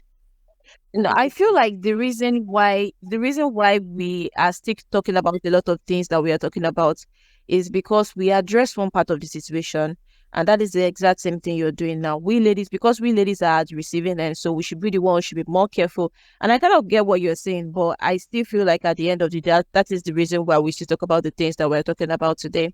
Thank you. Yinka said that there is time before she pushed me. Okay, that there is real time, right? Toma to be say something. Okay. Just ask one thing. I was saying that nobody stigmatized single men. Imagine a woman having to go through all the stress of having a child, and then the child happens to grow up, and then you're still going to insult the child for being raised by a single parent, a single mom. Imagine this John Doe saying, "Oh, do not marry a girl that was raised by a single mother." Like, imagine the woman suffering, and then the child of that woman is still suffering the same fate for something that was not even her choice, or something she had no say in. So if I say we need to be careful, I think we also need to encourage men that if you are getting women pregnant, then you need to step up. Thank you, Toma. Thank you so much. Even if you're straight from our topic, thank you still. So, Nini, Edika has dropped the article for you in case you need. Check the chat box. All right, so everyone has been dying to talk about this abortion from the religious aspect, religious point of view. So now let's go into religion. Do you think it's fair that most of our religions, you know, tells women to not abort in any way, even if it's from rape, from this, from that, you are not supposed to go through with an abortion. Do you think it is fair? And let's start with Toma, because you are very, very, I don't know, your blood is boiling. Okay, let's say, as we all know, the church would say no, no to abortion, no to that. But to me, I still feel like people should have the right or to make choices in life. Let's talk about like religious aspects. Do you think it's right for the church or the mosque, I don't know, to preach against abortion? And normally, I would say it's not wrong for them to preach against abortion. It is not. And if we're being honest, abortion is not really a good thing for a woman to experience. So I'll say they are not wrong. But most of them, they don't even try to listen to the victims and know how they feel about it and all of that. I think they're just pro-life. They don't care the situation. They're just pro-life. Okay. So you don't think it's wrong? I don't think it's wrong for them. Please, sorry, I'm not hearing what people are saying. Okay. Can you hear me now? All right, Toma, please go on. I can hear you. It's probably Sonia's next one. Okay, all I'm saying is that I don't think it is wrong for churches to preach against abortion. I don't think they are wrong. But I just feel like they shouldn't impose their choices on people. That's what I feel. Because people go through different things, and normally nobody wants to go through the whole pain of abortion. Okay. Yeah. Well, if you're not against them preaching, they are not. I don't think they are imposing on people, right? They're just telling you not to go against it. But if you decide to do it, how will they know? And the thing is that I think we're forgetting that as Africans, churches or for some people, churches have most of the stays in their life. Whatever their pastor says, that's what they do, and that's what they expect people around them to do. So it's just things of like. Thank you so much. All right, so Amodara, you have your hand up before we hear from Nini. Tommy, say you have your hand up. Yes, they're not wrong because they're just following normal biblical principle. I mean, thou shalt not kill, right? So basically, but it's not like they're imposing it on on people generally. But I mean, I don't think it's wrong. It's not even wrong. Yes. Okay, thank you so much. Nini, let's quickly have you. Yeah. So what's the question again? I don't want to say nonsense. You think it's right for churches to preach against abortion? Religious houses in general, not just churches. Most times the churches or religious institutions are always coming from the place of it's a sin, it's life, to not kill, and all of that. And I don't think I know there's freedom of speech, but at the same time, I don't think what they are saying should necessarily be like a standpoint to what people would eventually do. So that is how I feel. They can talk about it, but at the same time, people should be women should still have the choice. Women should still be able to be the one to make that final choice. I guess that's what I mean to say. All right, so Toyin. Okay, so my network has been very big thing. So what was your question? Sorry. I said it's right for religious institutions to preach against abortion. Yes, it's right. Because if they did not, a lot of people would have just misbehaved, but they are not imposing it though. They are just telling you that it's not right to do abortion according to biblical. It is right for them to preach against it. So that okay, I think Toyin, your network is bad. We still can't hear you. So Sonia, are you here? Can you hear me? I said, can you hear me now? Can you hear me? Yes, I can. I said it's not bad for the religious organization are preaching against abortion is a normal thing. Because it's even in the scripture, so it's not a bad thing. But they are not imposing it that, okay, don't do abortion, no, it is compulsory. No, they are just telling you that it is bad. You don't have to do this. So it's not meant for you to go for it. Okay, because as Nimbi said, Nigerians are not to always like follow up what their religious leaders have said and take it as bond. So now, last week, I think Nini and Lukman, they were saying something that mostly in Nigeria, we are more religious than tribalistic. That's what they said. So now, if religious houses or religious institutions are preaching against it, and despite this, their own oppositions, we are still seeing like prevalence of abortions in Nigeria. That's unsafe abortions because you cannot necessarily go out and do it. We are seeing it every year. Like there's an estimated 456,000 people that carry out unsafe abortions, even with the fact that there are religious oppositions. What do you think about that? Oyedika, let's have you. Oyedika, are you there? For me, I believe that is the most sensible thing because government should actually be the ones handling this instead of religious institutions. No shade, but I think religious institutions should not actually be in topic of conversation for anything that has to do with human beings. Because look at this election last year, this year. Well, I don't even want to go into that, right? But religious institutions are the last resort I would look to for actual human rights protection. And yes, I know that a lot of churches and mosques and other places of worship do their best, but I don't want that to be. I don't think using sin and all that is actually relevant to the point in this sense. So it should be something between either the human being and their partner or the government and the family.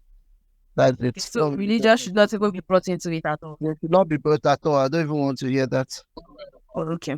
So Nini, you have your hand up. Yeah, I agree with Oyedika, Precious, because I don't think I know how to pronounce the name properly. So, I want to ask you, where did you get the gift from? Because it's only Oyedika I can see. So, it's only I don't know how. Sorry. So, yeah, in as much as the religious institution has been very quiet on even more, I don't want to say more important topics or things that actually affect people in their everyday life, such as domestic violence, such as the politics. I think they should keep it cute and not say too much on it, because they have been talking, and I don't think, irrespective of what they have said, I don't think it has really or necessarily influenced abortion in any way, so to say. So, like I really agree with them. So you agree that religious? So Nigerians are no longer religious.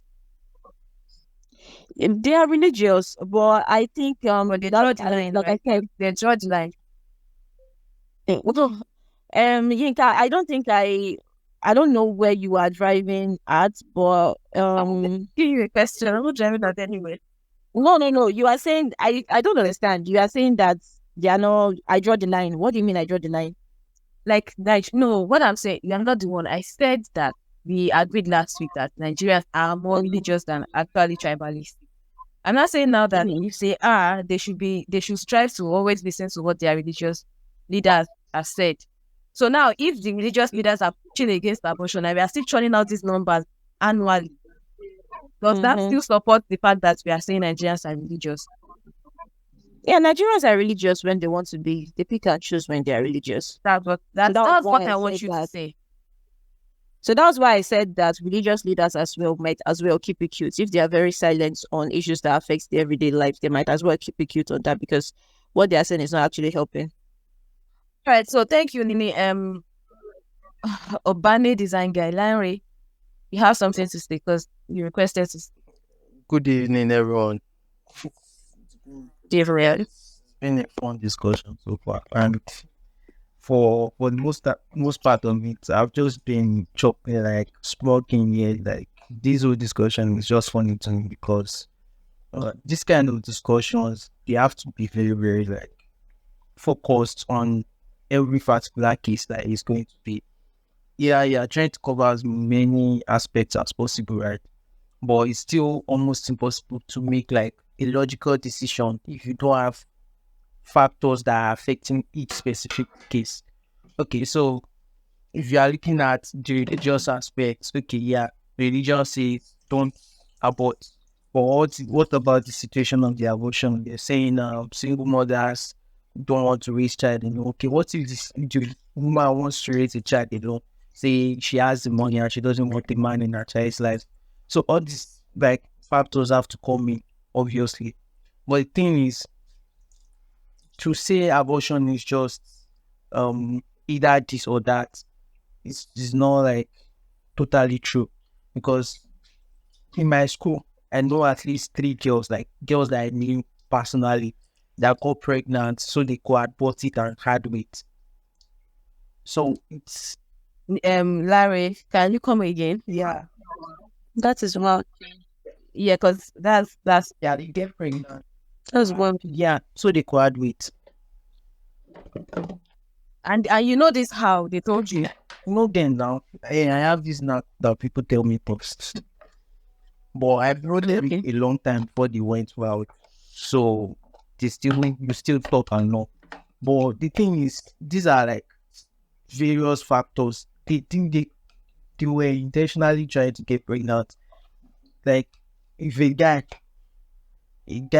that is sleeping with, they didn't even tell the guy that had sex with them that they were pregnant. So it's just like you have to look at factors that are going to and they are affecting each case. So I would say for some cases, right, it will make sense that okay, this person is trying to abort because of the circumstance. There are cases where even the most tribalistic, most religious of Yoruba parents want you to abort. They will say, "Oh, where is it for me?" So, and there are cases where they'll be like, only of fishy. I'm sorry to people that don't understand you, but like the first part is you can't get pregnant, this shameful pregnancy, they're having a child out of wedlock and all. And then the other part will be like, God has the perfect plan for you. It might be that this is the child that paves way for you and all. But so I just wanted to like note that okay, it's logical to argue that it's either a good person or a bad person in this situation. But factors allow people make critical decisions that are either extremely stupid or extremely right.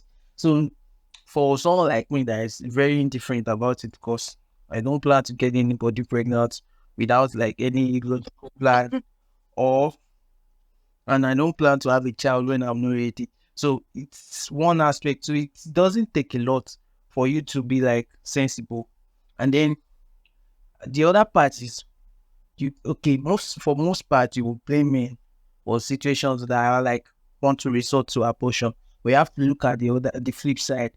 Like I won't lie to you, it seems very, very, very irresponsible for a lady to open her legs for a guy that she knows he's not ready or capable. Larry, what if she didn't willingly open her legs? No, that's what I'm saying. That's what I'm saying, that there's always flip side and there are factors that you can't account for every single time.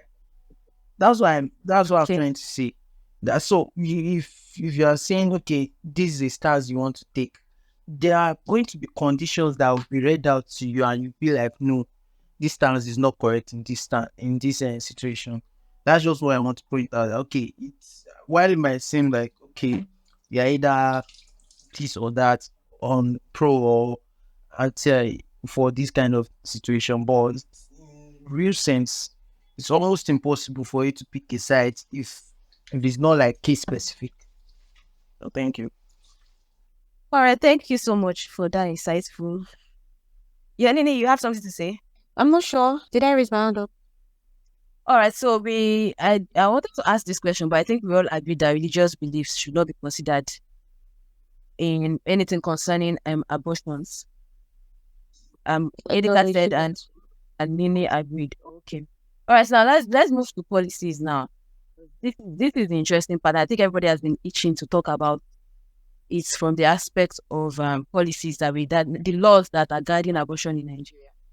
So today, I think Nini and I got the shocker of our lives when we saw this article that said that the laws regarding abortion in Nigeria is different from the South. We have different laws regarding abortions from in the South and the North.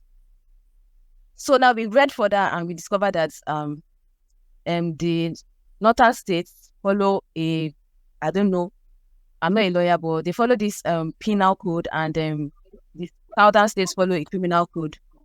So the criminal code says that any doctor providing a miscarriage to a woman is guilty of a felony and is up to 14 years imprisonment.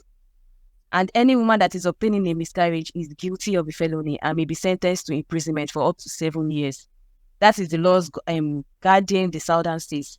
While the penal code states that it's the same thing for the penal code, but it has this clause that if it can only abortion can only be legal if the I don't know how to put it now. If the woman's life is at risk, it's only the penal code that it's only the penal code that states that. I don't know if you guys understand me. So I want Deji to quickly explain it to us, because I think I even confused myself with everything I just said. Okay, so I think he's trying to request to speak, and it would quickly. All right, so let's quickly have him explain it to us. Oh, it's delay. I hope my brother can hear me. Yes, we can. Okay. Like the host said, there are two laws, two different laws that govern criminal justice in Nigeria. They are divided. The way they are divided is through geographical locations. Like she just said, criminal code is for the southern states in Nigeria, and the penal code is for the northern states in Nigeria. The southern, there are various, the criminal code for the southern states, there are various instances where they claim where they define what abortion is, and where they prescribe, they provide the punishments for the various instances or the situations. I don't know, maybe I should list them out. Like I said, if you are the one that is actually carrying it out, or you are the one that is influencing the woman to take the abortion, if she knows or she doesn't know, you are liable for 14 years imprisonment. On the other hand, if you are the woman yourself and you are going for the abortion, you will go for that. The punishment for that is 7 years. In the occasion that you are helping the woman or the doctor to procure or supply instrument, whatever, maybe it's gloves, maybe it is the pills or anything, you go for 3 years imprisonment is the punishment that we are going for. And I think that there might be a fine attached to it. It's at the discretion of the judge. While on the other, the penal code has other instances. They are very similar, but then they are different wordings. So you know that the law sometimes has very peculiar way they word it, and then when it gets to the courts, they have to look at the words of the law itself. That's why they are different. In for the penal code, I think there are 3 instances. If someone intentionally causes harm to a woman that is pregnant, when they use force against someone that is pregnant, if they don't know that the woman is pregnant, they are still liable to go. Even if it's not a willful act to make the woman miscarry, but they use force against that woman, and she does eventually miscarry that child, they are liable for 3 years imprisonment. But if they were aware of the fact that this woman is pregnant and they still use force against her, you can go for as long, like, a punishment may be as far as life imprisonment. It can be lesser, but then the maximum can go as much as life imprisonment. The other 2 instances are very similar to the one of the criminal code, but it's only in the penal code that is expressly written in law that if this woman's life is at risk, then you can perform an abortion legally. The way the phrase this was that if it is done in good faith for the purpose of saving the life of the woman, then it is legal for them to remove the child if it's going to affect the life of the woman. Like if she's going to die if the abortion is not taken, it's not done. It is like that. But now when we see that, we feel that in the criminal code, which is of Southern Guinea, there's no provisions for that. So most people get it wrong and think that in the Southern criminal justice, the criminal code, that under any circumstance, you cannot get an abortion. But that is wrong, because there's also something called judicial precedence. I don't want to go too technical into this, but then the judicial precedent is also called case laws in some instances. It's just the judgment of the court can be a law in itself. I don't know if I should quote a case, but then the case that makes this legal in Nigeria is States versus Edgar, where the court ruled that in the instance that a woman's life is at risk while carrying a child, the doctor or a legal practitioner, a medical practitioner can actually help the woman by willfully allowing her to miscarry the child. So generally now, whether it's South, whether it's not, whether it's criminal code, whether it's penal code, abortion is illegal and it carries state penalty, except when it's going to cause the death of the pregnant woman. That is basically the law. That's the only exception that in Nigeria is acceptable. Only when the life of the woman is at risk can they terminate the pregnancy. And that's just the result of the law. Right, thank you so much for that. I don't know if everybody understood that. Nini, did you get what he said? Yeah, so I get it that it is only in the penal code that it is abortion can be done in good faith, and the criminal in law the penal code that it was expressly stated, but for the criminal code, Yeah. there's a precedence, as called judicial precedence, that I don't know how he said it though. That there was a popular case that they use as precedence if you are in court. That when the court ruled for this one, they said that if the woman's life is at risk, you can actually remove the pregnancy, according to what he said. So in both the criminal code and penal code, if the woman's life is at risk, you are allowed legally to remove the pregnancy. I think that's where we are. Deji, am I correct? Yes, you are. You are very correct. All right. So, yes, we have some comments from Anonymous. They don't want us to call their names, but I'll be reading out the comments now. So someone said, my thoughts. Firstly, did you hear about the lady who underwent an abortion in the 6th week of her pregnancy due to extreme morning sickness? Also, I think if someone knows they can't afford to care for a child, why bring innocent children into the world? This is another reason why women choose abortion, perhaps due to accidental pregnancies or being emotionally or mentally unprepared. What about situations where one gets pregnant out of wedlock? Fear of parents' reactions can lead to considering abortion too. There's a lot to discuss when it comes to this topic of abortion. I think I have another comment before we talk about the penal code and the criminal code, guys. Let me quickly get to the comments. Okay, so this person says that women should have autonomy over their bodies.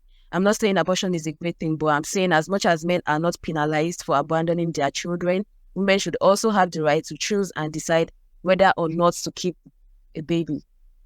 All right, now let's go into the laws, because I think we just explained it to us now. So going by this now, do you think that the laws banning women's rights to abortion in Nigeria is fair? Nini, let me allow you to go first. I think it's not fair. I think women should be able to have proper medical assistance when it comes to abortion.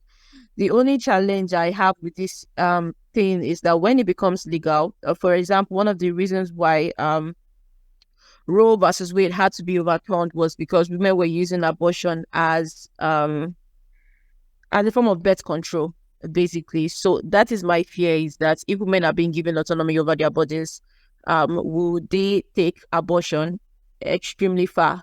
But irrespective of that, I still believe that women should be given autonomy over their bodies, and I don't think that women should have to go through corners before or go through legal means before they are able to abort the baby. Like the Anonymous said, I am not saying abortion is a great thing. Personally, I don't think I want to engage in abortion, but at the same time, I believe that the law should accommodate abortion. That's what I think. Okay, thank you, Nini. I just want to know, do you think it's fair or not? Because from what Deji said, 7 years for the woman, if you are caught maybe aborting your baby, that's like 7 years imprisonment, or I think 200,000 naira fine or something. It's the discretion of the judge. Do you think it is fair? So I think with what I've said, I think of course it's not fair, and that is why I think that the policy should throughout the whole thing and basically make provisions for women. All right, thank So you. it's not fair. It's not fair that it's not fair. There is, like the anonymous said, there is no law that is saying that men must stay. At least in America, you have to pay child support. Over here, we don't have that kind of law. So why should you be given 7 years imprisonment if you are trying to, sort of like control the situation? So yeah. All right, thank you, Nini. Toma, you've been a bit quiet. So do you think the laws banning women's rights to abortion in Nigeria is fair? I think as much as I'm going to say is women should have rights to their body. I feel it's unfair. And there's something is it Obane the design, I'm sorry if I'm pronouncing it wrong. Just call him Larry because we don't even. He will correct you. We correct you. If you say Oba, he will correct you. Okay. That people get pregnant and just to add weight and then do abortion. Also, that is really crazy.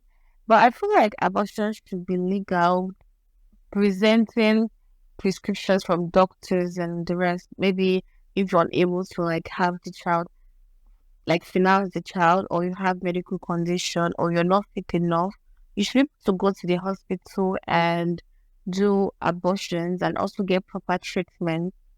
And that's what I feel though. So you only think it's when baby is threatening to your life that you should be able to have abortion?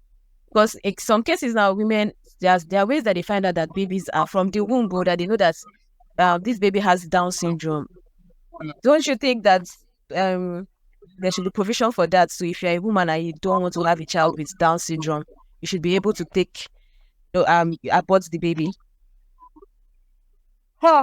In terms of that one's very logically. I'll say it's a very crazy situation because I feel like I don't know. I don't think you should like if a child has Down syndrome. Like children are children, I don't know. I think I have my own reservations for that one. But I just feel like women should be able to receive proper treatment instead when it comes to abortion. Like they should make it legal. All right, thank you. Nini, you have your hand. I think that case is very different because in that case, it's not like the woman doesn't want the child. She wants the child. She just found out that the child is coming in a shape that she doesn't necessarily want. And that case is that case is wild. That case is very extreme. So I don't think I necessarily have an opinion on that. And that does not necessarily and that case, I cannot match that case to what I am saying. So yeah, I just wanted to say that. All right, thank you. So Oyedika, do you think that the laws banning women's rights to abortion in Nigeria is fair? Don't be saying you don't. That's the lag. It's the lag. Okay. Yeah. So with the law banning those women's rights, then these women are going through illegal means to still get their abortions anyway. So Yes. I think what any sensible government should do in this context, as for me, I'm sorry if anyone works with the government here, but I think we have a very, very foolish government, so to speak. What they should do is to actually regulate. That's what progressive governments do, right? If we call ourselves progressives in these countries, it's progressives that won the election. They should be able to regulate this and make sure that women receive proper care pre, during, and after pregnancy. And if at all they don't want to, carry that, they can be scrutinized. You can do some investigation to find out, okay, why don't you? If they pass the, that reason for that, then why help her out? That's just for the smart. That's why to do that. But do you know that if you go to Alausa for a case of domestic violence, the response is top notch. I don't know anyone those kind of like stuff they make round. The except if maybe it's now one top government official that can muzzle them. Aside that, they actually follow it up. So I think irrespective of the, sluggishness to what do we call it, to actually pushing laws, they can take this one seriously as well. It's just to get past the stigma that comes with all these things, and they'll be able to do something sensible in that All right, regard. thank you. Thank you. So, Tiki Sonia, are you still here? Can you hear me? Yeah, I can hear you. I'm here. All right. So, do you think that the laws banning the women's right to abortion in Nigeria is fair? Okay, and from all the explanation and the penalties that come with the abortion stuff, seriously, they are really harsh. But there again, the law is good. It's fair. Not like the penalties are very harsh, like I said, but I still prefer it because seriously, if there is no law, anywhere there is no law, trust me, things will be messed up more. So people will just feel like I can do it anytime, any day. Some people intentionally do it, like even when they know that I can take this to prevent this, but they still went ahead to get pregnant knowingly. You understand this kind of thing, and because they know that they can abort anyhow and nobody will ask them question. So some people will misuse the privilege, right? So for that, I think it's fair. But then again, if the government still provide other options to legalize abortion, trust me, it will still help because there are some cases we can't help the reasons the pregnancy came, like rape case, the rest. So if they still provide, make it legal to help them in the process of aborting when after investigating. Oh, is it my network? But I can't hear Sonia anymore. Can anyone hear me? I almost left myself but Okay, all right. So, Tomisi, are you there? chill. Yeah. Okay, all right. So, what do you think about the abortion laws? Do you think it is fair? Well, I think it's just to put people in check, right? It's just in a way to just put people in accountability.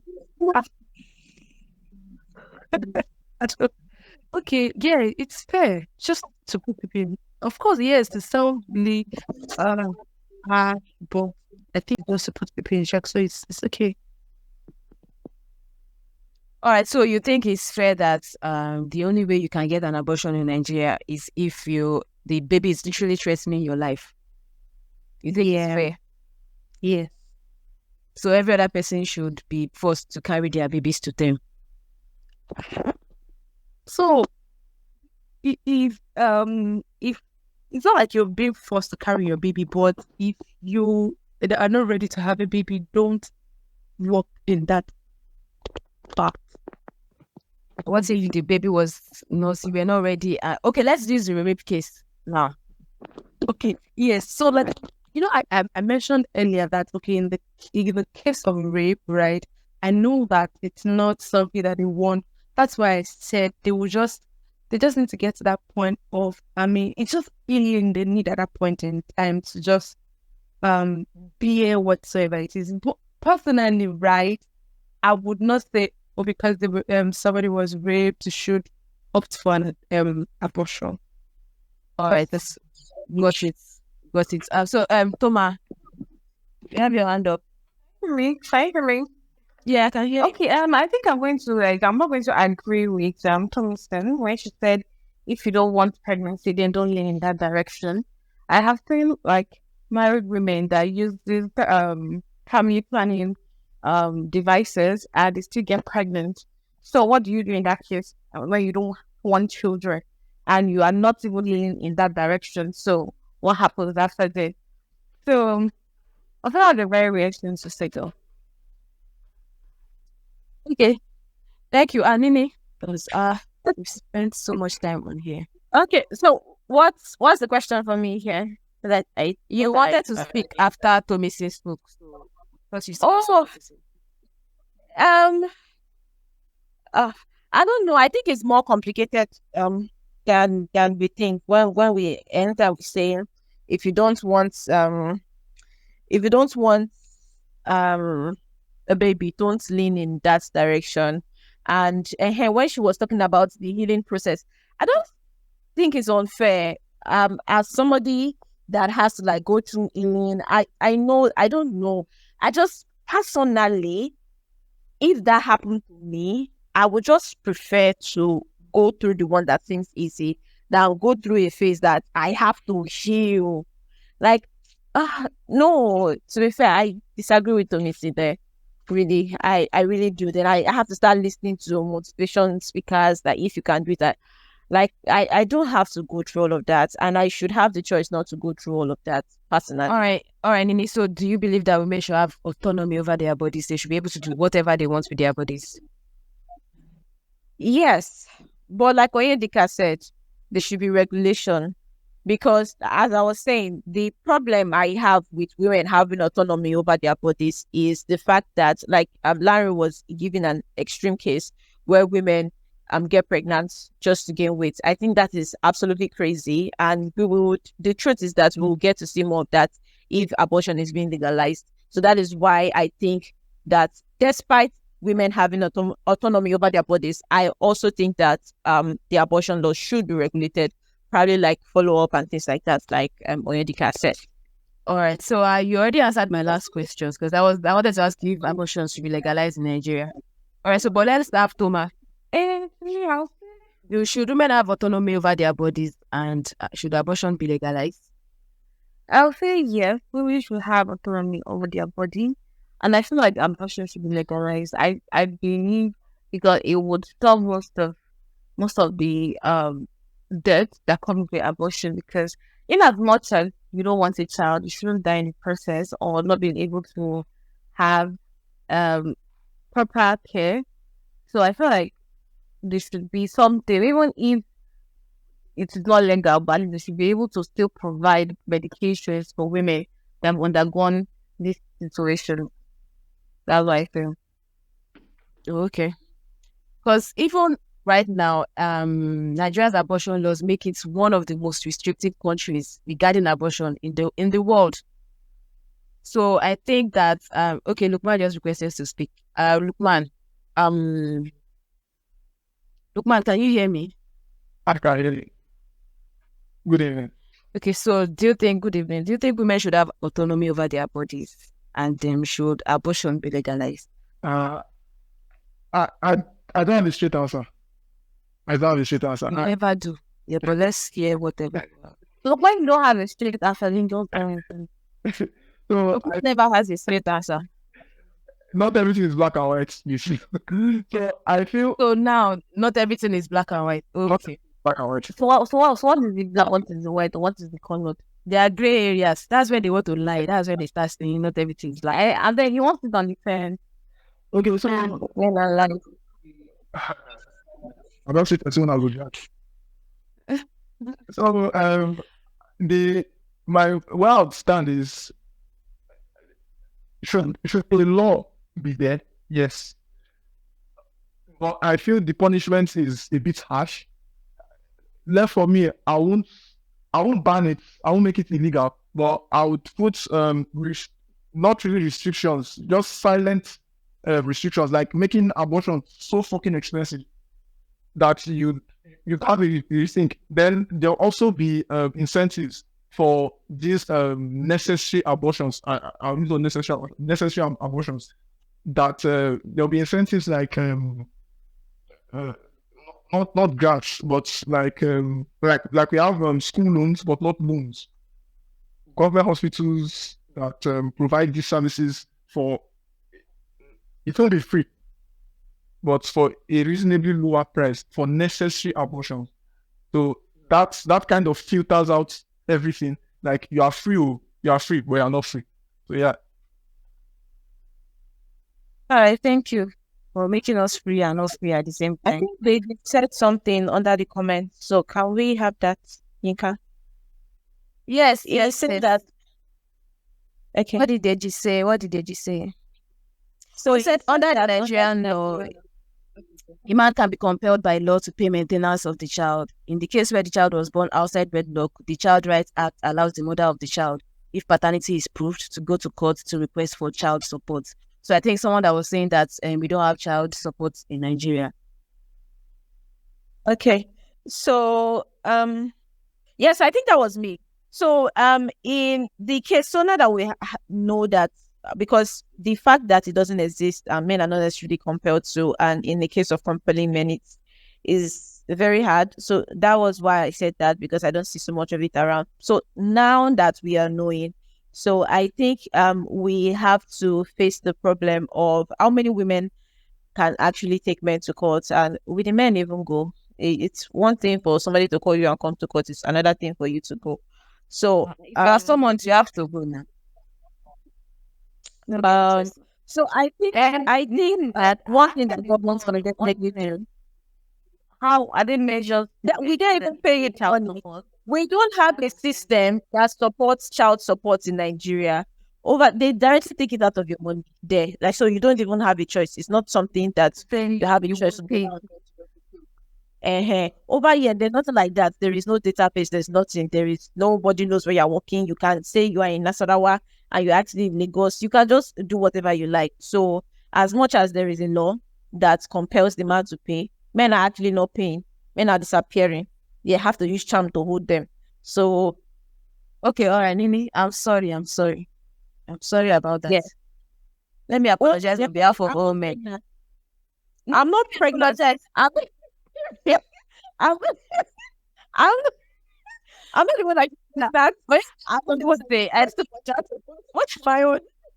I think we should hear from Oyedika, then we can wrap it up today. Okay. All right, Oyedika, you have the floor.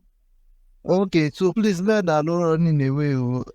So if you check, actually, you realize that the men actually do pay. Although, yes, Nigeria is wildly unregulated. Men pay out of the goodness. In fact, a man that pays for child support in Nigeria is considered Oyedika. A man that pays for child support in Nigeria is considered a good man. That man saved the time, even though you're actually supposed to pay it. So men that pay out of the said goodness of their heart, not necessarily because the law compels them to pay. Okay. In most cases. So that is my point. I mean, but there's a law, but The law does not work. Nini brought it back to class. She didn't even allow Oyedika make his point. Right. No, because Oyedika was about to say men used to pay, but I'm telling you that the men that actually pay for child support in Nigeria say, that man they try, even they pay. If it's some other men, why? But then the man is against it. He probably doesn't even want to pay for it. law? Why is the policy guide? What did you say? I say, how many women know about this law that men are paying? That is the thing. In Nigeria. Most women know about Nigerians are very. How many Nigerians even know about any laws? Let's just they even have paternity court in Nigeria that help regulate all these things. Family court. We don't. I'm sorry to bust in. We actually do. And it's actually very popular in Lagos. Yes, we do. It's quite popular in Lagos. Even if you go to, you can see some YouTube videos. If you check stuff, you see people making rulings. Family courts in Nigeria that you have wives taking their estranged husband, not even necessarily divorced, or child born out of wedlock, with women demanding child support and maintenance of the woman herself. So, well, there's not all laws in Nigeria now. People don't care. I mean, you have your life, your struggles to deal with. Who is looking at the legislations that is done in the House of Assembly? So it is not the fault of the law that people do not realize these regulations are there. Like someone said earlier in the space, that there is a need for organizations to make people realize that there are these provisions in place to help them. That is what you should be looking at. I feel, this is my personal opinion. I'm not a woman. I don't want to talk about abortion because it's very, very, it's getting on thin ice. I know people come for me. But then abortion, I feel, should be an extreme measure. There are too many things you can do to, even in the case you get pregnant, under the law itself, that can help you take care of your child and all that, abortion and all that. I'm not too sure about all the provisions. I'll make more research about that. But then abortion, to me, I just have my own small opinion there. I feel it's an extreme measure, and I'll shut up now. Thank you. Okay, I think I am not disagreeing with you. We already know that there are laws in place. We know that there are paternity courts, but is there a system that actually accommodates it? How do we have a system? Because child support when it is being ordered in courts, you are supposed to deduct it from your paycheck or from your payroll. How many employers are doing that? How many people know that they are supposed to do that? Or is there some people are doing hand-to-hand job, which means it is not even in the system. They just collect money from the person that employed them to do the job for the day. So that is where I have problem with it. I am not saying that the law does not exist. I am acknowledging, rather, that's supposed to be the right word. I am acknowledging that it exists. I am acknowledging that there is a paternity court, but I am saying that is there a system that actually makes sure that this law works? Because one thing that we've known about Nigeria is that we have so many laws in place, but we don't actually have a system that actually implements these laws. And we want to have a system. Before you speak, Deji, you speak about it now, but I don't know why we've ended up in child support. But then, quickly, so we can end the space. Okay. Deji, let's have you. I think you have a rebuttal for that. Yes. I don't want to seem argumentative, but then if you do not follow the rulings of the court, we know that Nigeria is not where we should be in policing our laws and enforcing our laws. But if you do not pay child support, anybody that is aware of the law can arrest the man for contempt of court. And they cannot forcefully take the money from his accounts. But then if he's languishing in prison or in jail, I am assuming that he's not stupid enough to keep the money in his accounts while he can pay. But I just want to make it perfectly clear that there's clear rules under the law that can make you enforce your rights to get your money. Well, if people are following it or not, I do not know. Yeah, okay.